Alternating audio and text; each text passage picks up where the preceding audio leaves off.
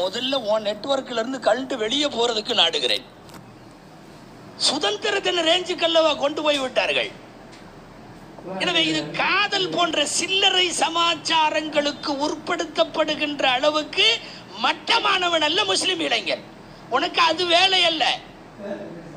பெற்றோர்களும் பெரியோர்களும் சான்றோர்களும் பார்த்து முடிக்கிற பெண்ணை தீர விசாரித்த பின் திருமணம் செய்து கொள்ளுவதற்குள்ள காலம் இருக்க, காதல் என்ற பெயரிலேயே ஒரு காலம் வேஸ்ட் ஆகி போகிறது. ஒண்ணு தெரிஞ்சுக்க, மாறி மாறி இந்த மீடியாக்கெல்லாம் அதை புனிதப்படுத்திக்கிட்டே இருக்கிறான். அதெல்லாம் பிற்போக்குவாதிகள் அப்படி பேசுவார்கள், மத பழமைவாதிகள் அப்படி பேசுவார்கள், இவங்கெல்லாம் ஃபண்டமெண்டலிஸ்ட், இவங்களுக்கெல்லாம் ஒன்றும் தெரியல, உலகத்தினுடைய ஓட்டம் என்ன, ட்ரெண்ட் என்னன்னு தெரியலம்மா. எங்களுக்கு எல்லா ட்ரெண்டும் தெரியும். நீ உண்மையாலுமே காதல் புனிதமானதுன்னு அந்த நட்ட நடுவுல காதல் வரணுமல்ல, அது ஏன் பீச்சில் இருட்டோரத்தில் வருது? இல்ல, தேவையா இல்லையா? காதல் ஜோடிகள் கூட்டமா இருக்கிற தியேட்டருக்கு போறது இல்லையே. அறவே படாவதியாய் போய் எந்த படம் ஓடுதோ அங்க போய் பின்னாடி ஏரியா பூரா காலியா இருக்கிற இடத்துல ஏன் வருது? காமம். அது ஒரு பெண்ணுக்கு பின்னாலே துரத்துகின்ற அல்லது ஒரு ஆணை பெண் துரத்துகின்ற இந்த கேவலத்திற்கெல்லாம் முஸ்லிம் இளைஞன் உள்ளே வர வேண்டியதில்லை. இவனுடைய வாழ்க்கையின் மிகப்பெரிய தடுமாற்றங்களில் ஒன்று இந்த காதல். எந்த காலத்திலையும் அதெல்லாம் கரெக்டா இருந்ததே கிடையாது. சும்மா மீடியாக்கள் திரும்ப திரும்ப தூக்கி பிடிக்கும்.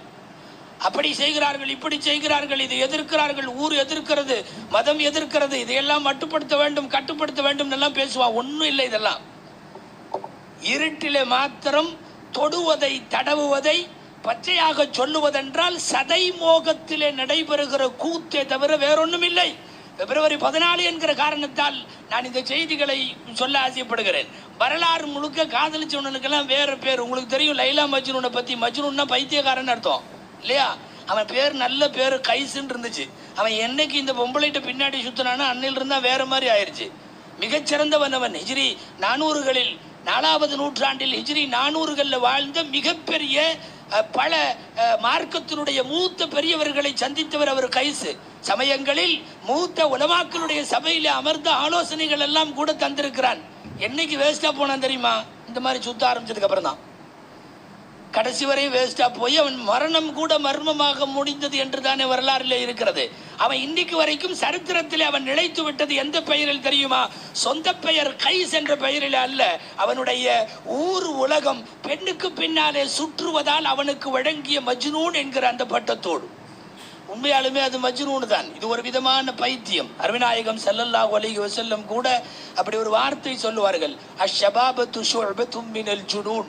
வாலிபம் என்பது பைத்தியத்தினுடைய ஒரு பகுதி என்று சொன்னார்கள் ஸல்லல்லாஹு அலைஹி வஸல்லம். இன்னைக்கு சும்மா ஊர் சுத்துறதுக்காக வேண்டியே ஒரு ஆண் பெண் பழகிறதெல்லாம் இருக்கு. நம்ம பையனும் அப்படி தினந்தோறும் காலேஜில் இருந்து கூட்டிட்டு வர்றது, வீட்டில் கொண்டு போய் விடுறது, பத்திரமா ஒரு வாட்ச்மேன் வேலையை, டிரைவர் வேலையை பார்த்து கடைசியில் அது துபாய் மாப்பிள்ளை எங்கள் அப்பா பார்த்துருக்காரு அப்படின்னு சொன்னோடனே இவன் உட்காந்து நிக்காவில் பாரக்கல்லா உலக்குமா பாரக்க அலைக்குமா கொஞ்சமா பைனக்குமா ஃபீர்னு சொல்லிட்டு வந்துடுவான். இது என்ன விதமான பழக்கம்? இது எப்படி பின்னால சுத்துறானே தெரியல. சில பேர் அப்படி சுத்துறதுக்காக வேண்டிய இந்த லிஸ்ட்ல இருக்காங்க தெரியுமா? வெறும் சுத்துறதுக்காகத்தான். இப்போல்லாம் அந்த பசங்களோட பைக்கே ஒரு மாதிரி இருக்கு. பின்னாடி சீட்டு மெம்பர் படி அளவுக்கு தூக்கிட்டானுவோம். நீங்க பாத்தீங்களா? சமதளத்துல எல்லாம் சீட்டு இல்லை. சமதளமா இருந்தா குடும்பத்தினர்கள் தான் போக முடியும். பின்னாடி ஒரு 3-4 படி மெம்பர் அளவுக்கு ஏத்திட்டான். அது பின்னாடி அந்த மாதிரி தான் அவங்க உட்காரணும்னு நினைக்கிறாங்க. இளைஞர்கள் ஒண்ணு தெரிஞ்சுக்கணும், நீ அந்த பின்னாடி ஏத்துறப்பவே நீ பள்ளத்துல உழுந்துட்டேன்னு அர்த்தம். முடிஞ்சு அதல பாதாளத்துல நீ உழுந்துட்டேன்னு அர்த்தம். மேலே ஏறி உட்காந்தாச்சுன்னு அர்த்தம். நிறைய கெட்டு போய் அவளுக்கு பின்னாலே சுற்றுவதை தொழிலாக கொண்டிருக்கிற தடுமாற்றங்கள், இப்படி நிறைய தடுமாற்றம்.